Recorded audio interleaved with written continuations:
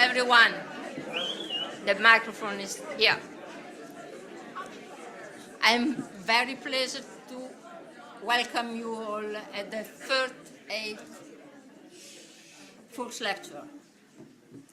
And I want to remember that the ninth Foulkes lecture in 1985, but the Mare was about a large group.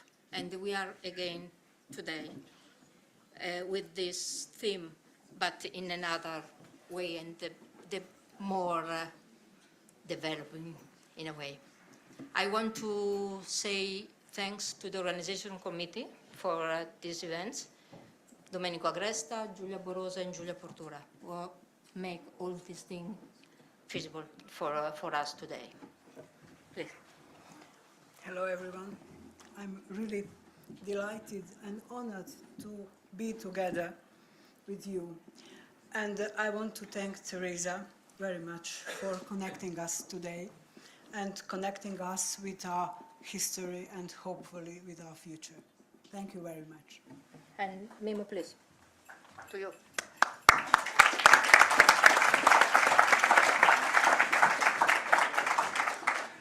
Hello everyone, welcome, thank you.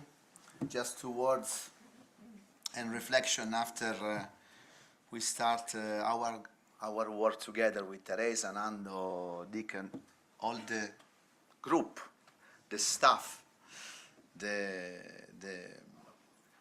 people in this Foulkes lecture. I promised to my son Matteo to use this from Harry Potter. I don't know if it can help, but I promised to him. I must do it. But apart magician and other stuff, we are here together, working with groups, working with the group analytic theory, epistemology, history, community and culture. I associate with the title. Well, just really 2 words. When Teresa and then Anando and the others shared the title and the final process, the topic, their works, I was really activated to think and to move in a multidimensional point of view, the architecture of. And first I associated to some studies about imaginary dreams and dream icons. You know, I really love working with dreams, and interconnection between social issues, history, and group process. Even the basic point, the large groups, the architecture of the large group, was the main element. And so I had this association with 2 icons we used to study, most of all from the group analytic theory in Italy. In particular, the association was with the icon of house, home, and then city, square, structures. Well, you know that city represents the foundation of a social environment with all its associated conflicts. This icon is therefore connected to the goal of our social identity. The word city comes from the Latin civitate, which is a derivative of civil or citizen. Civitas, again from Latin, on the other hand, is citizenship or creating citizenship. In Greek, and I'm thinking about the next symposium in a way, citizen is polites. That means that is derived from polis, that meaning city or state. And again, the square is also an icon of the socio-psychic environment in which the conflictual dimension of the mental apparatus emerges as an observable space. This is why the work that we'll present today, I think so, and then tomorrow, is really physically connected with this concept of the architecture of the larger group. I was thinking about structure, space, field theory, gestalt. Teresa and then Anando have stimulated this reflection. Moreover, and I close this my presentation with this last association, the icon of the house home from the point of view of Italian traditional group analytic studies is very much linked to the work of the imaginary, but the construction of the family matrix, the cultural, the basic. In particular, to some reflection of stability. I believe that in these 2 days we could work and reflect together of many themes, including history, origins, and structure, and so on, architecture of. Once again, I'd like to say group analysis presents itself to us as a complex and a stimulating theory, let me say a human epistemology with a multidimensional application for all of us. So thank you very much, welcome again, and then we start. Teresa, thank you very much.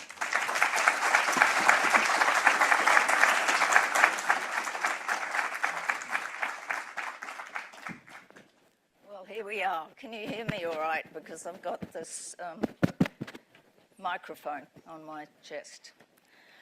This talk comes from a book I've been writing for the last while, put it that way, and this is a kind of snapshot of that book when it's finished. Well, that's good. That didn't, oh, right. Okay, so before I start, I just want to thank very much the Management Committee for giving me the honour of presenting this 48th annual Foulkes lecture. It really is a privilege to have the opportunity to share my thoughts in this way, and I've spent the last year working on this daily, actually. It's now 40 years since Patrick de Marais gave his original lecture. He turned the audience into a large group, but I won't be doing that. Sorry?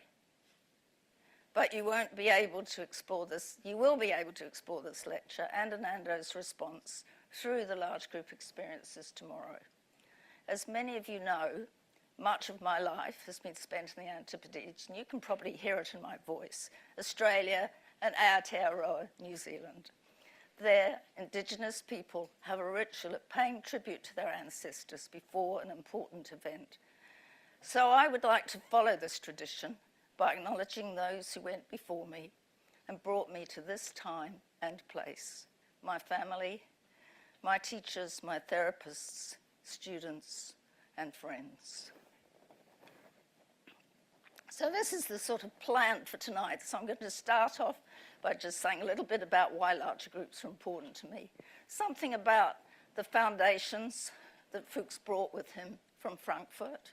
And then something about the relationship between de Marais and Foulkes and how I think that built the beginnings of the larger group. And then something about the differences between the larger group and the small group and why these are important. And then about what I've called the superstructure, using an architectural kind of analogy, the role of culture, dialogue, and kinonia. And I'll talk a bit about what we mean by kinonia a bit later in the talk. So I'm often asked, why is the larger group so important to you? As the daughter of a refugee and an immigrant early in my life, I learnt that moving countries means becoming homeless physically and emotionally.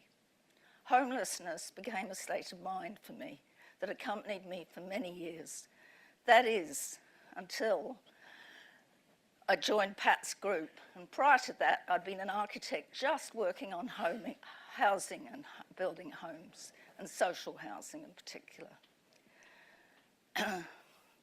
So it was sitting in that group that enabled something in me to shift, and it was there that I eventually found a home.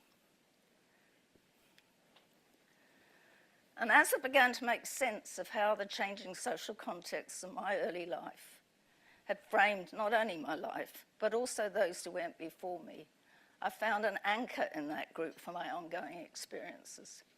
And more recently, I was comforted to learn that Erich Fromm, a colleague of Foulkes in Frankfurt, suggested that every society has a distinctive emotional structure that arises from its own economic, social, political, and cultural structure. And he thought preconditions our emotional development. That very much resonated with me. So being up-anchored is inevitably very disorienting, and I realised that being a refugee, even more so because you're forced, there's almost no choice in it. And I do think that Foulkes' phrase, the individual is social to the core, is like a refrain to this idea. So what about Foulkes and de Marais? Both Foulkes and de Marais knew what it meant to be up-anchored, to be moved to contexts that did not mirror their own. I suggest that it was their shared experience of displacement that was instrumental in their relationship and the development of the group analytic larger group. Moving from one socio-political context to another is a disruption in the expected course of life. And I know from my own experience that what you thought you were going to, how you thought you were going to live your life and what you were going to do ceases to happen. You have to start again. So if nothing else, the larger group helps us to navigate the emotional upheaval that results. Although based on Foulkes' revolutionary invention, those are his words, the larger group, in Pat's words, is a completely different animal, or as I would say, it has a different architecture. So what were the foundations that Foulkes brought with him from Frankfurt? This is an aerial view of Karlsruhe, which is where he was born, as most people know. And he was born into a Jewish family at the end of the 19th century in Karlsruhe. And I did a lot of thinking about what did it mean to be born at that time. They were a family that had not lived there all the time because prior to that, Jews couldn't live in towns. They'd come from a small village called Weingarten, which was about 12k from Karlsruhe, just before the German unification in 1870. This was a time when Jews were given more freedom to live in towns. And Foulkes grew up in Karlsruhe, surrounded by a large, extended family living very nearby. After leaving school, Foulkes followed, and he had to wait for this actually because he was not yet 18 when he left school. Foulkes followed 3 older brothers into the army and worked as a telegraphic communications officer on the French front. Imagine it, a young man of 18 sitting in the trenches with his comrades, witnessing the horror of war all around him while having to maintain communication with Central Command. When I really started to think about that, I thought, pretty horrendous, really. It was there, after encountering German military psychiatrists habitually treating soldiers who were suffering from war neurosis as cowards, Foulkes decided to become a different kind of psychiatrist. After the war, Foulkes completed his medical training, and I'm aware quite a lot of people know this history already, and started working as a junior psychiatrist alongside the pioneering neurologist Kurt Goldstein. At the time, Goldstein was collaborating with the Gestalt psychologist Adhemar Gelb, developing a new approach to working with brain-injured soldiers. Their focus was on rehabilitating the soldiers as much as possible. So instead of focusing on the symptoms of injury, they worked with the whole Gestalt, including the healthy parts of the brain, as well as the surrounding physical and psychological environment. This approach is still used with stroke recovery today. 2 years working with Goldstein before going to Vienna for his analysis with Helene Deutsch had a profound influence on Foulkes. It was not only Goldstein's innovative approach to neurology that we're often told about that was inspirational for Foulkes, but I think he took in Goldstein's unusually open and non-hierarchical approach to working with his patients and with colleagues at the Associated Institute for Social Research as part of his own revolutionary invention. And you can read accounts of Goldstein and you can almost feel Foulkes and the way he operated with patients. Not surprisingly, Foulkes acknowledged Goldstein as my most influential teacher. For me, this was a really interesting idea which really expanded how I understood Gestalt. And this is Goldstein's explanation. It answers the question, is it society or the individual that's the agent of change? And as he says, the Gestalt is never a real unity, totality, or wholeness. Although it's very close to a whole, like a brilliantly performed tango, both dancers will never be the same and never unite. It is only through their creativity, the abstract form they jointly invent, that enables them to turn their ongoing contradictory movements into a figure of new unity beyond anything a physical merger could achieve. A group, like a dance, constructs something together that can never be constructed by an individual alone. Norbert Elias, one of the sociologists from Frankfurt and one of the co-founders of the Group Analytic Society, suggested that the individual and society could not be separated, as they merely represent two different levels of observation. Yet both levels must always be considered in a dialectical relationship as part of the whole. So what about the Institute for Social Research? It was set up in 1923 specifically to discover the connection between political authoritarianism and the beliefs of individuals. It was a unique group of German, mostly Jewish historians and sociologists who questioned why, in the contrast to the USSR, the revolution had been unsuccessful in Germany.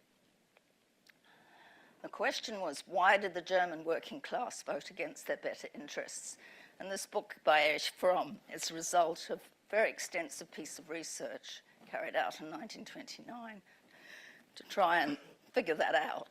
They organised interdisciplinary discussions between unorthodox Marxism, red psychoanalysis, and with the rise of National Socialism, devoted themselves to research on authoritarianism, the analysis of anti-Semitism, and the struggle against fascism. Now referred to by the German group analyst Thomas Mies as the Frankfurt Constellation. As life in Germany continued to become more and more unstable, the Institute left Germany for Geneva, en route to the States. The Weimar Republic finally came to a shuddering halt on the 30th of January, 1933. Immediately the Nazis came to power. They introduced laws to restrict and threaten Jews, socialists, and other undesirables, including decreeing that patients of non-Aryan doctors would no longer be covered under the National Health Service. So, less than 3 months later, no longer able to earn a living, Foulkes was forced to flee Germany with his wife Anna and 3 children. He was 37 and one of the second generation of anarchists born around 1900 who suffered the catastrophe of exile. Over the next few years, as his colleagues fled Frankfurt or were murdered, Foulkes' everyday working network was destroyed. He was alone in Britain with his family, having to retrain as a doctor and work to gain admittance to the British psychoanalytic community. As so often happens in these circumstances, less than 4 years later, his marriage ended and his wife and 2 younger children left for Mexico. And as if losing this rich working environment wasn't difficult enough, Foulkes lost most of his family as well. The Shoah dispersed his brothers around the world, 2 of whom, Richard and Walter, died early in their 50s after incarceration in Dachau and being forced into exile. His eldest brother actually went to New Zealand, and I've met some of the descendants. Foulkes' sister, Senta, and husband were murdered in Auschwitz. His brother Gottfried, the brilliant footballer, eventually found his way to Canada, taking their mother with him. On Reichspogromnacht, the Orthodox synagogue in Karlsruhe, designed by Foulkes' brother Richard, was burned to the ground. Meanwhile, his uncle Philip shot himself to save the SS the trouble. Last year, I took part in the workshop on the Frankfurt Constellation and was inspired by the flavour of the avant-garde intellectual atmosphere Foulkes must have imbibed, and wondered why so little of it is referred to now. Foulkes was associated with this group for most of his formative career, joining the many discussion groups which are often convened by Goldstein. After his return from Vienna, Foulkes became the director of the new Therapeuticum. lectured there on psychoanalysis. For many of his colleagues, the remnants of this time constituted a lost dream. I've no doubt that Foulkes felt the same. In the transition from Frankfurt to the more conservative psychoanalytic tradition he encountered in Britain, many rich links were severed. It's extraordinary that apart from saying that his revolutionary invention was based on his life experiences, Foulkes almost never talked directly about having to flee Germany.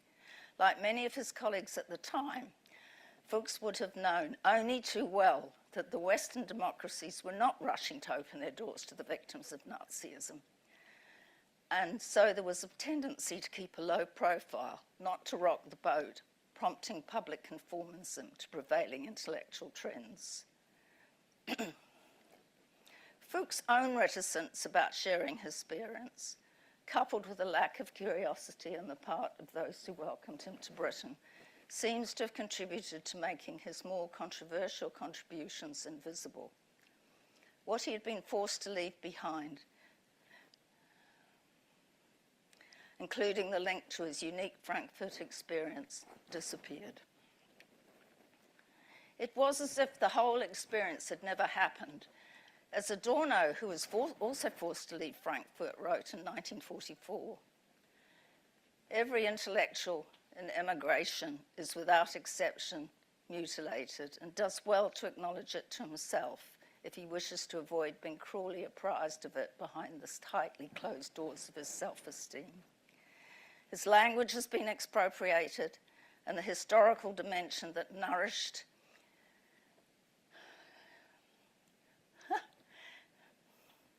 his knowledge sapped. The isolation is made worse by the hostility of those branded different. All this leaves no individual unmarked. This collective amnesia has influenced our picture of who Foulkes was. Yes, he was a psychoanalyst, but he had other, perhaps more challenging ideas originating in Frankfurt that have not been transmitted to us in the same way. As many refugees did then and do now, Foulkes lived by keeping his history largely hidden. Risking being excluded again would have been unbearable. During World War II at Northfield, he got a taste of that possibility. As a German Jew with his very different life experiences, there is evidence that Foulkes was treated as an outsider. Full of energy and enthusiasm for his revolutionary invention, he put soldiers into groups whenever he could, but Bion, Rickman, Maine, and Bridger strongly criticized him for proselytizing. Still with a southern German accent, albeit with upper-class overtones, he was certainly not part of the British establishment. We would say now he was othered. The only reference I've found where Foulkes gives a glimpse of how he felt about the loss of his life in Germany is in Dieter Nitzgen's careful rereading of Foulkes' original review, written in German, of Kurt Goldstein's book, The Organism. In that, Foulkes says it was more than a book. Each line recalls the well-known voice of a greatly respected teacher, under whose guidance I was privileged to work for over 2 years. These words never appeared in the later English translation, so they disappeared. Nitzgen points to the element of mourning that pervades the review, suggesting it was like a bottled message posted to the future that laid down the theoretical and clinical foundations of what Foulkes would later call group analytic psychotherapy. This is his first book. It's clear that group analysis, as Foulkes envisaged it, was a creative response to making use of what history had forced him to leave behind. We hear Goldstein's voice as he begins his first book, the individual as a whole in a total situation. He then explains, life is a complex whole. It can only be artificially separated into parts to discover how the whole is affected by the absence or altered function of any one part. Further down the same page, he refers to the whole organism, which is straight from Goldstein. Again, he writes, the old juxtaposition of an inside and outside world, constitution and environment, individual and society, fantasy and reality, body and mind, and so on, are untenable. And some years later, the individual is preconditioned to the core by his community, even before he is born, and is imprinted vitally by the group which brings him up.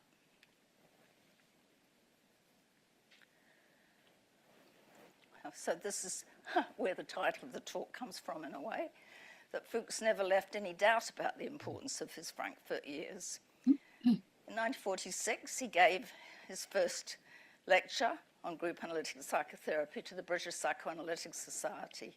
And in that, he explains what he means by the word analysis, which I found really interesting.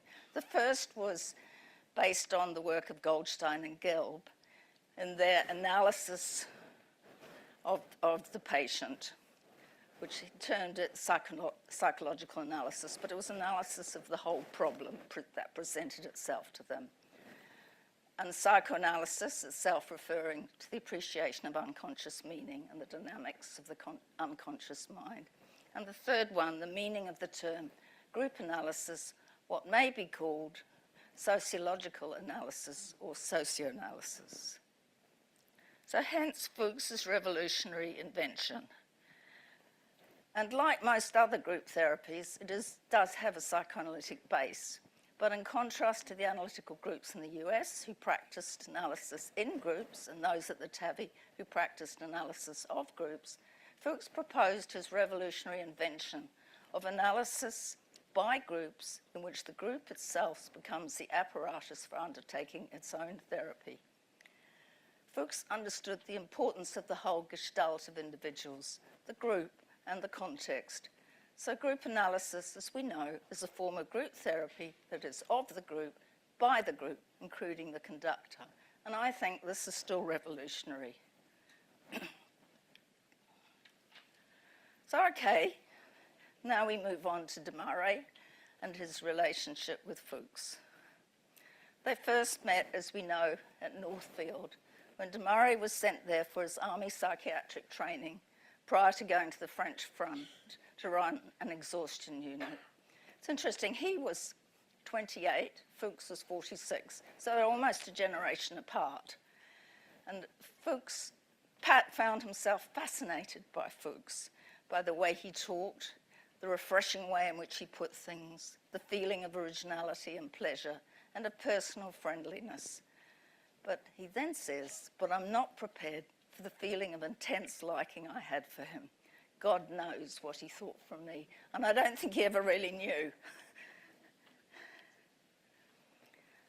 Pat was born in 1916, the same year Foulkes joined the army, German army. He was the youngest son of immigrant parents from Sweden, growing up in London with Swedish servants and nannies in what was called the Swedish colony. He knew what it meant to be an immigrant, living in two different cultures with two different ways of viewing the world. These differences were reinforced when Pat was sent away to a preparatory boarding school for boys, where the prevailing ethos was a belief in British patriotic duty, discipline, self-sacrifice, and so on. De Marais later referred to it as a mini concentration camp. Pat was always a revolutionary. Pat tells us the story of being taken to Harrods for lunch as a child and passing striking miners singing in the gutter. He was shocked by the contrast, poverty on the outside and opulence inside. Reaching adulthood in the 30s was difficult for Pat. It was at the time of the Spanish Civil War, and as he said, many socially engaged young men went into the International Brigade to fight.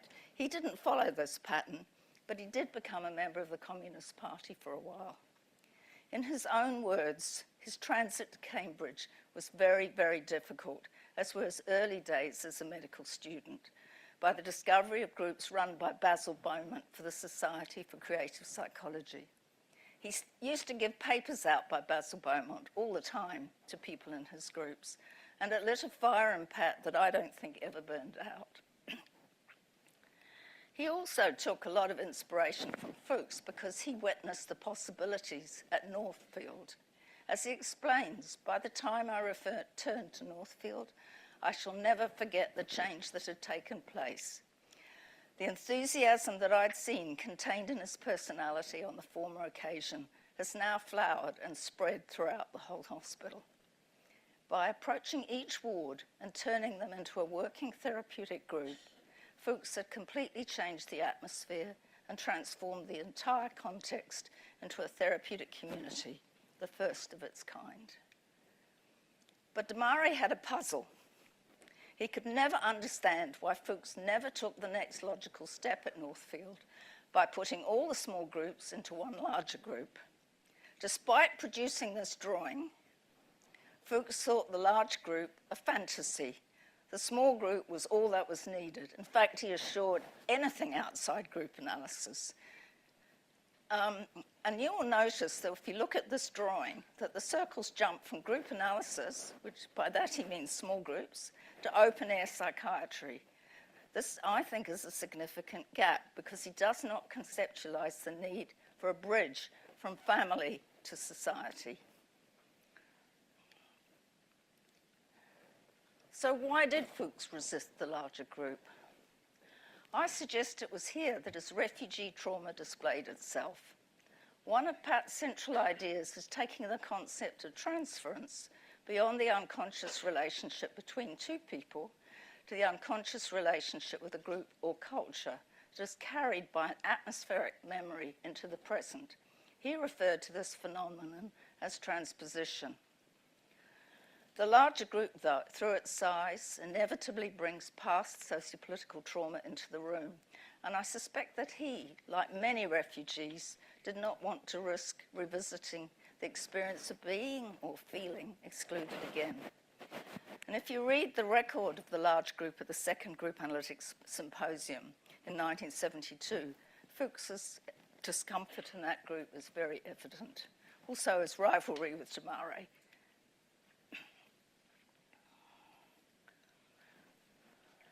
Pat's early medical career was at a time of national optimism.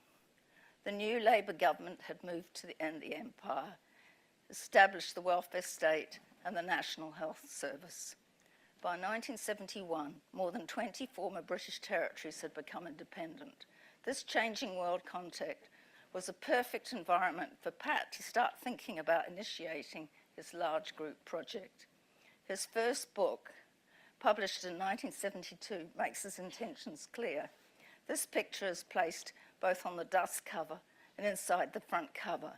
And it's a picture of the Korean Armistice Commission. And as he said, it went on for 11 hours and ended in 4 hours of total silence. And they couldn't speak each other's languages either, you know. So what are the differences from the small group and why are they important? Oh, here's a nice little, now, I have to figure out, whoops. Oops.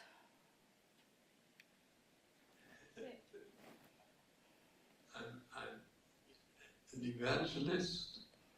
I want to make the world better. People regard that as a neurotic defense. There you see him. Okay, so after discovering the work of the Frankfurt Constellation, I was struck by how closely Pat's ideas, with a central focus on the dialectical relationship between the individual and society, paralleled their preoccupations.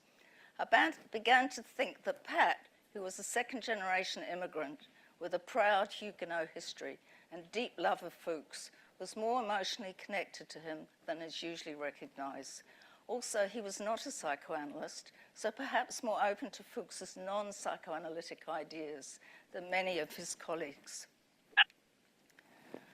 This is something he used to keep saying. The larger group is not a big, small group. As I said earlier, it's a different animal. But thinking as an architect, I would say it's a different kind of building. Not a big house, but a community building, a school, or even a parliament building.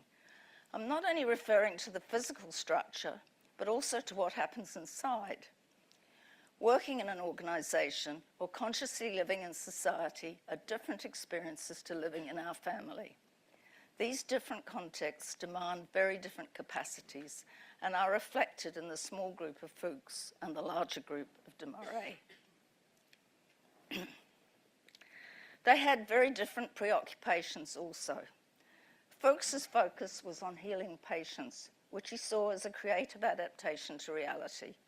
De Marais had a bigger vision. He knew that individuals could change their reality. His dream was to heal society, as he said, to make it more equitable, more humane. And although based on Foulkes' ideas about small groups, it's different. The larger group has a special role as it offers a structure that enables us to link our family history to the wider socio-political history, and at the same time makes it possible to uniquely face the pressing dilemmas of our time. De Marais always encouraged members of his group to approach larger social situations with courage and voice to help develop true citizenship and democracy. And this is a kind of drawing which I did to try and show the relationship between culture, reality, the person, and beliefs through talking to each other. So I'm often asked this question: what exactly is a larger group? There is a tendency to think about numbers. You know, is it 8? Is it 20? Is it 100? What is it?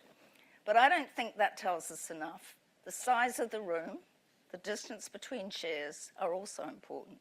What really defines a larger group is that it is actively convened to embrace the wider socio-political context. The focus is on how world and community affairs are enacted in the group and how that affects us. This in turn offers the frame for making sense of what is happening in the group, a dimension that we're not so used to thinking about. As each person connects their own experiences with a growing awareness of the social forces that formed and are forming them, there is the possibility of finding new meaning and thinking capacity that comes through this understanding. In the larger group, it's a different kind of knowing. It's as in society or a community, members are not thought to be significantly connected to one another, but to the wider social setting in relation to the whole community, organisation, or society. The intention is not to build intimacy, as in a small group, but to uncover how the positional value of each person's role is defined by the larger systems operating in their lives as they get replayed in the group. To get to know each other as members of the wider network and to think together. It's not an easy process. But continued exchange eventually leads to the surfacing of the social unconscious, but often in ways that are initially unrecognisable, often in the form of enactments. These are usually chaotic and disturbing and assumed to be a form of acting out. They need to be born and thought about, no matter how uncomfortable. And there's often a tendency when something very disturbing happens in a group is to try and close it down. And I'm suggesting that we actually stay with it and see how it plays out and think about it. So as an example, for those of you who were in Sarajevo recently, from the beginning until almost the end, it had been impossible to agree when we would start each session, when we would finish each session. And everyone had a different idea, and of course it was frustrating and chaotic. That is, until the last session of the weekend, when the mood changed. Many of us became very sleepy, maybe we were just tired, and we started talking about personal experiences of being invaded. But why were we talking about these personal experiences? It had been such a shift. Then it dawned on us. We were meeting in a town still reeling from being monstrously invaded not so very long ago. Sarajevo is surrounded by hills, an easy platform for the longest siege in history. 500,000 bombs were dropped over 1,500 days. The memory of this time had been enacted in the group.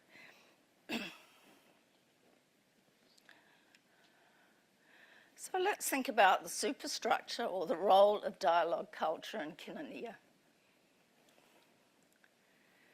With increasing focus on the importance of the family and social individualism, there's been a loss of faith in cooperative community connections, and with it the idea that it's possible to think together to solve common dilemmas facing us.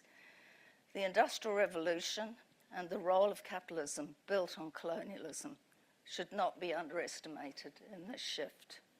Shared thinking is often seen as impossible and accompanied by assumption that the larger group will divide into small groups to get to the heart of the matter. So the opportunity for discovering the whole gestalt of interacting parts that few can find alone is lost.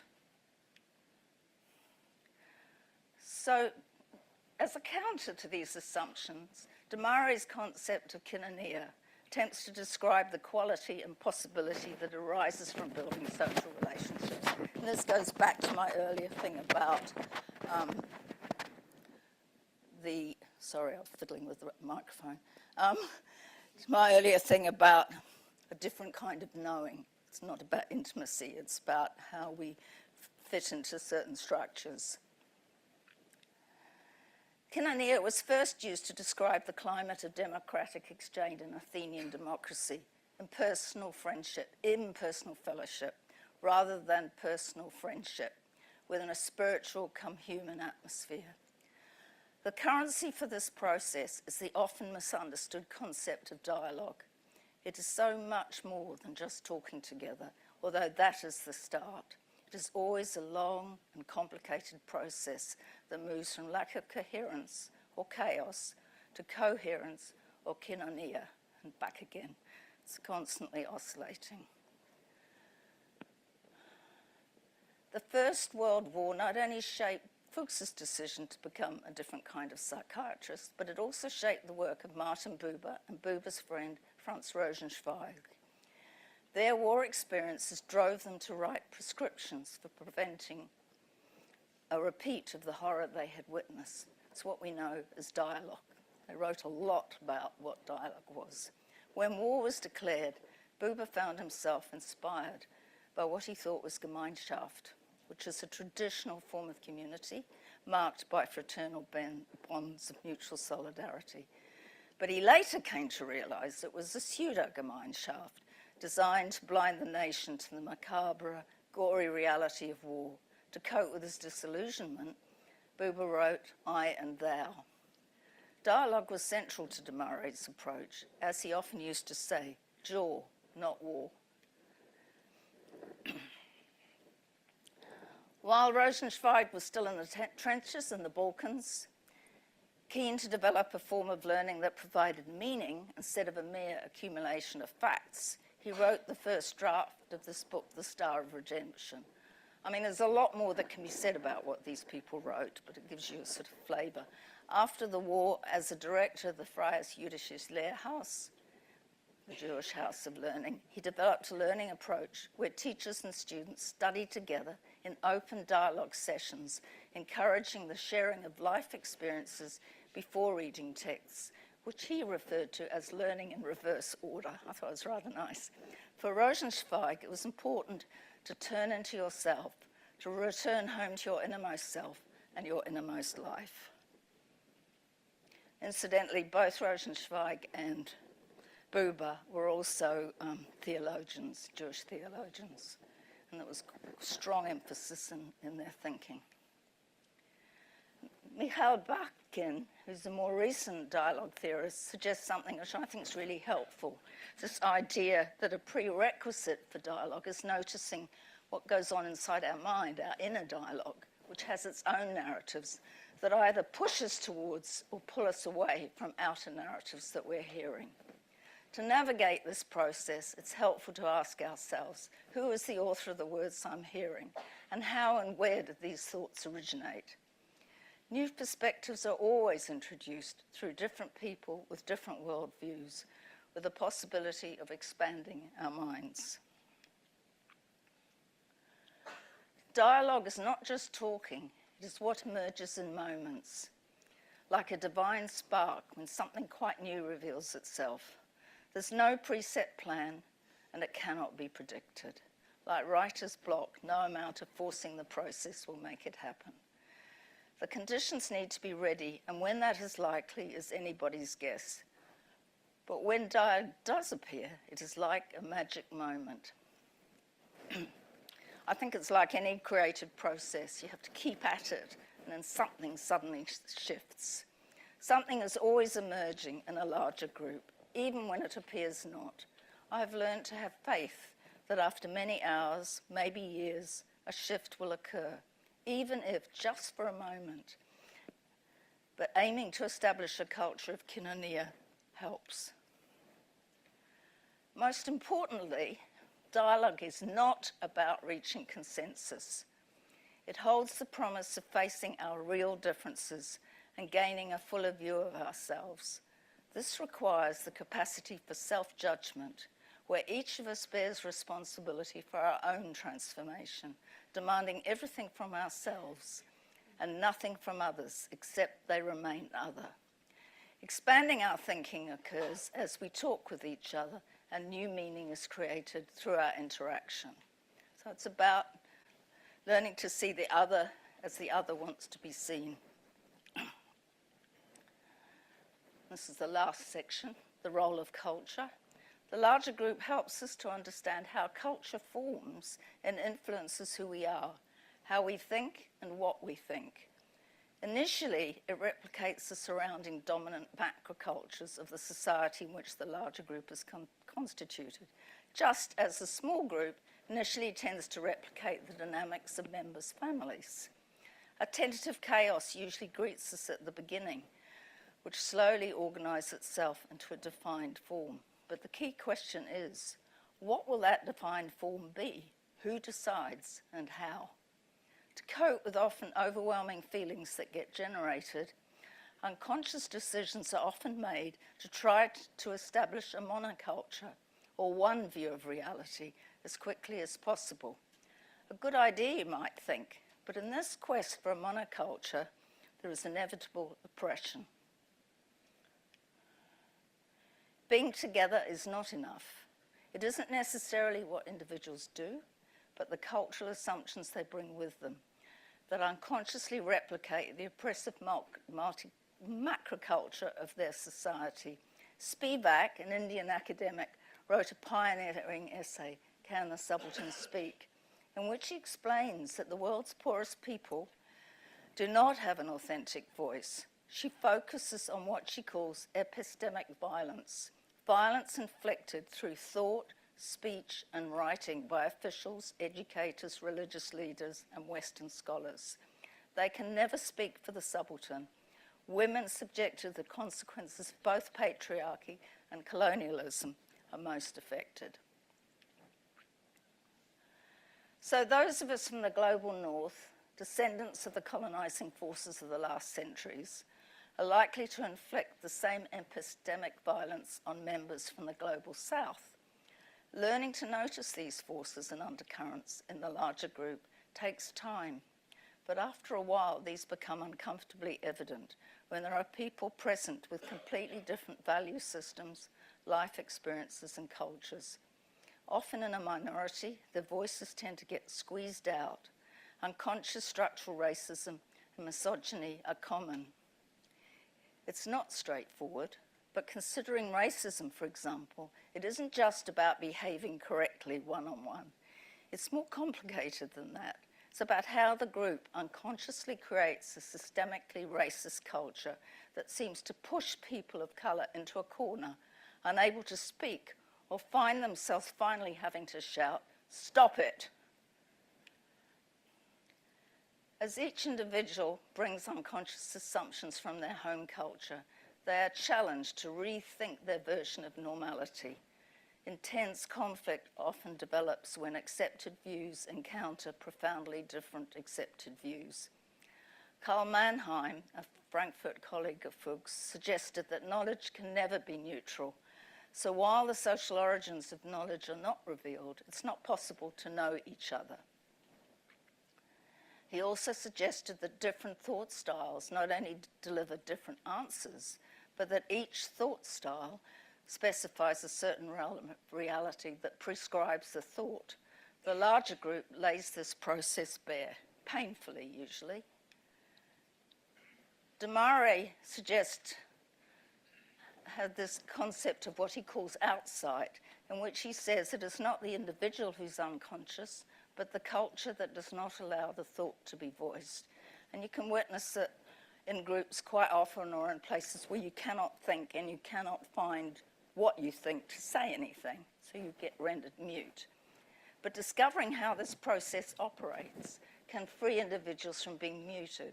And so Pat sought to encourage group members to gain outsight, to make sense of this kind of experience. And he thinks of it as the outward expansion of social consciousness and thoughtfulness, while insight to an inwardly oriented expansion of consciousness. And I often think about it, as I did, is actually beginning to understand who you are in a social sense and related to the social history that your family has lived through. It's an expansion. As members face their often opposing cultural assumptions, extreme frustration usually emerges, which tends to generate hate. This is tricky to manage. If hate is allowed unprocessed expression, it can lead to profound distress being inflicted on individuals, often engendering an oppressive atmosphere in the group. Tolerating strong feelings as they emerge, thinking about them, putting them into words, takes time to learn. But eventually staying, despite the discomfort, brings something new, the divine spark. The atmosphere changes and the possibility of dialogue emerges. So it takes a lot more time and determination than is generally recognised to create the atmosphere for dialogue. Perhaps the biggest problem in larger groups is that nothing happens quickly. So for many people, confronted with periods of inevitable confusion, it becomes excruciatingly difficult and they leave. When larger groups are first initiated, many people join enthusiastically, looking forward to the possibilities of dialogue. But when faced with the inevitable hard grind of an on-the-level setting with little hierarchy, many leave. And so these groups tend to grow and shrink depending on the membership, the material that emerges, and the capacity to work with it. For the group to develop a thinking capacity, it is important to work at staying in the group despite feeling hated and hating. One-off larger groups can never achieve this aim, but that's another story. It all needs time. Dialogue will emerge along with koinonia eventually. As we change, we discover that the group around us changes. When I started in Pat's Wednesday larger group in the late 70s, I was a young, isolated and socially traumatized young woman. And even with a lot of therapy behind me, my complicated and painful social history remained largely untouched until I joined and stayed with a larger group. Over the years, I've used larger group thinking in many settings, mostly in ways that are unrecognizable. As an architect, working with alienated communities, as a manager affecting cultural change, and with construction workers building multidisciplinary teams. I have learned that previously unimagined possibilities do emerge, often in the most unexpected places. And this picture on the right is a picture of Bishop Square in Spitalfields, which resulted from workshops using the whole community, thinking about it. And I just want to show you that picture as it is now when the work was finished. And this is what was started. So you can see how something was transformed and changed. And just to finish, I want to just give you a little bit of de Marais playing the accordion that is, as many of us recognize him. Whoops, hope this works.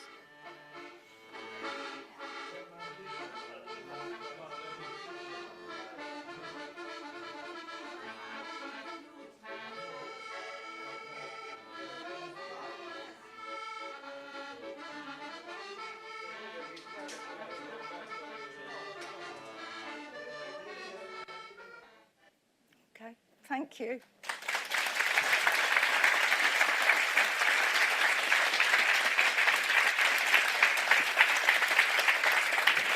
Your turn.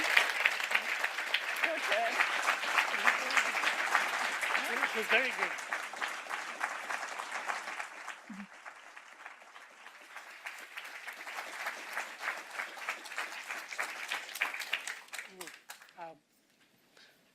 I'm not sure where to stand. Well, I won't go there. I don't know. That's actually a good question. Where do I want to stand? Where you can see me. Yeah. Hi.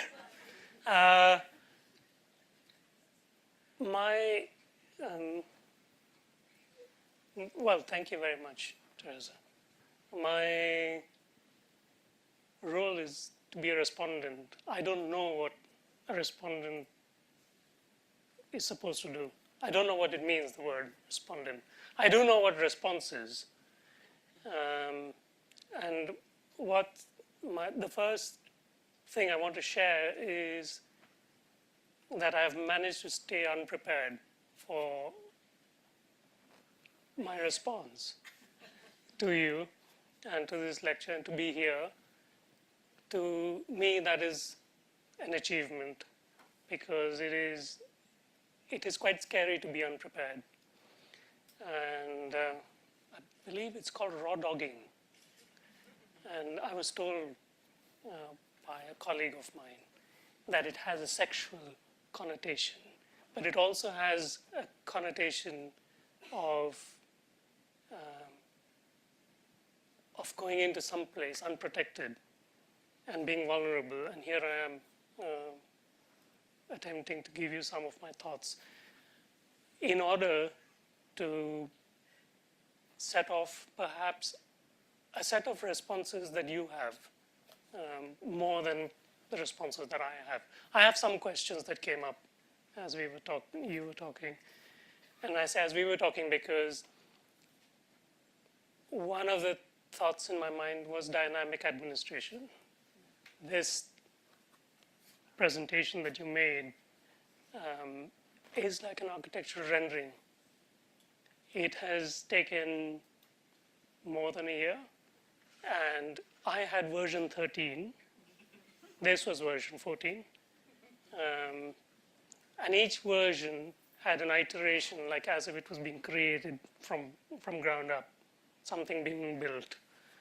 And I really felt the architecture of this process come through, which is sort of in my mind about how that unconscious structure gets created and what it means to me to have had several conversations with you.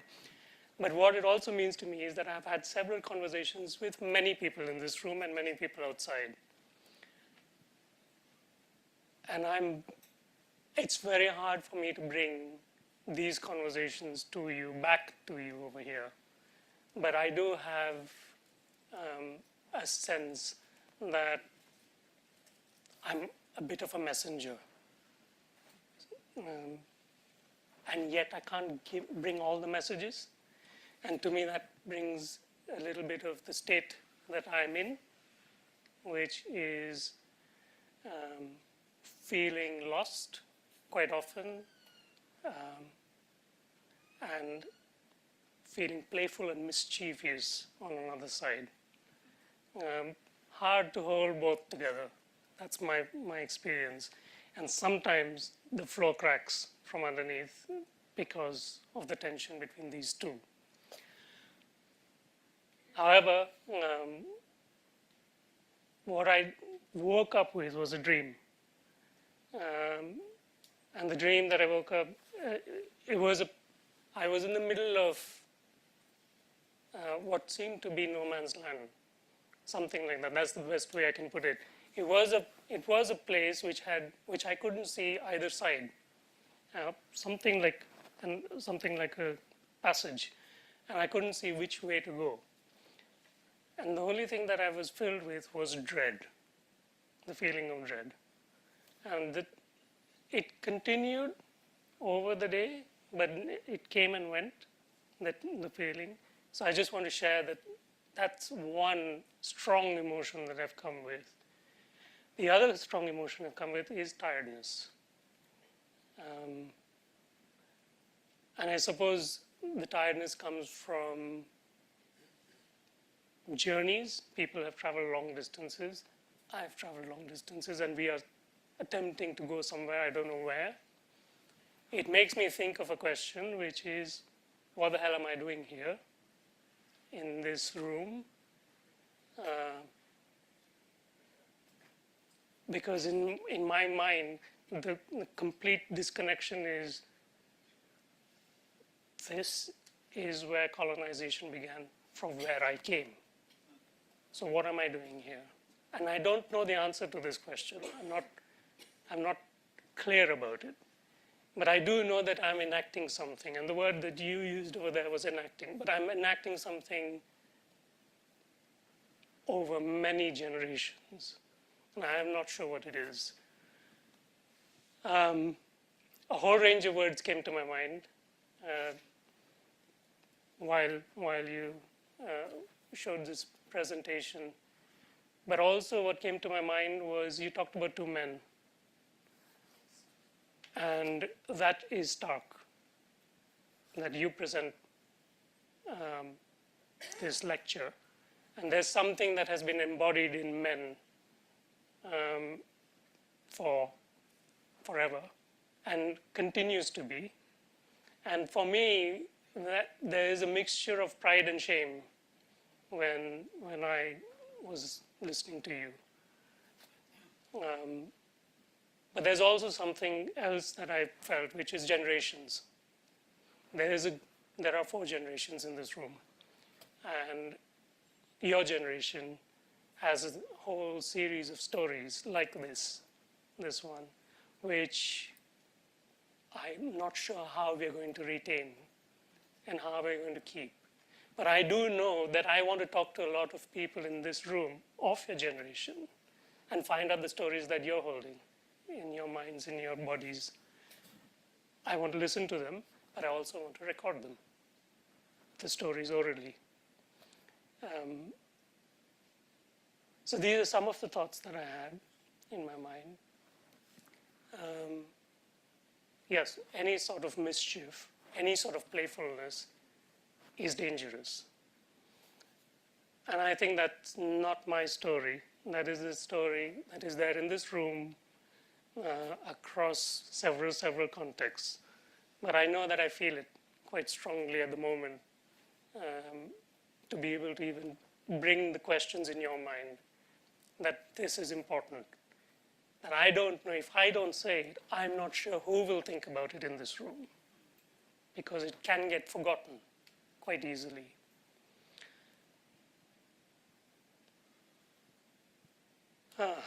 Well, the other thought that I had in my mind was what Foulkes could not say.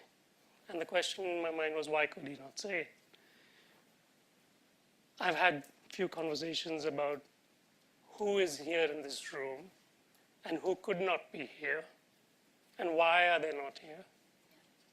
And who in this room and between today and tomorrow will be able to say what they want to say? And who will not be able to say what they want to say? Whose voice will be heard and whose won't? Who are the people over here who will not be missed? Who are the people not here who will not be missed? I'm thinking of all the people in margins of all kinds. I'm thinking about people who can be forgotten. I'm thinking about people who are dispensable. So who is going to be dispensable? I don't think there is an easy way to say that we value life in the times that we're living in. We are failing to value life. So that brings me to the last bit, which is what kind of society do we want? That's in my mind. Yes, the group analytic society, but also the little societies that we are part of outside of the group analytic society. What sort of dreams do we want to have and share? And what is the kind of world we want to leave our children with? So these are some of the thoughts on my mind. I also heard I'm learning new words, which is good because a third of the English language which I speak is all I understand. 2/3 of it is by rote. I don't understand. Now I started asking people, what do those words mean? And if I was to think of a rag bag in group analysis, I heard rag bags are very useful things because when you need a rag, you have to have a rag bag to collect all the rags. And just at the right time when you spill the damn tea or whatever it is that you spill on the carpet, without a rag bag, I think of myself, and I like to have myself in the collection of rags in a rag bag. So if there's going to be a rag bag for group analysis, join me. I think what I'm left with is the first word I put down when you started in my notebook was gratitude, because you started with gratitude. And I think if there's anything that's a word that holds me in the times that I feel completely unanchored, which is how I usually feel this. There was a slide that said anchoring. I feel very unanchored. But listening to you start with gratitude.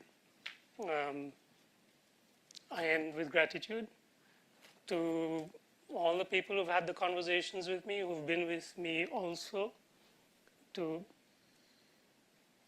fill me with their stories, their ideas and thoughts, so that I could come here and manage to be here through this with you and through this with all of you.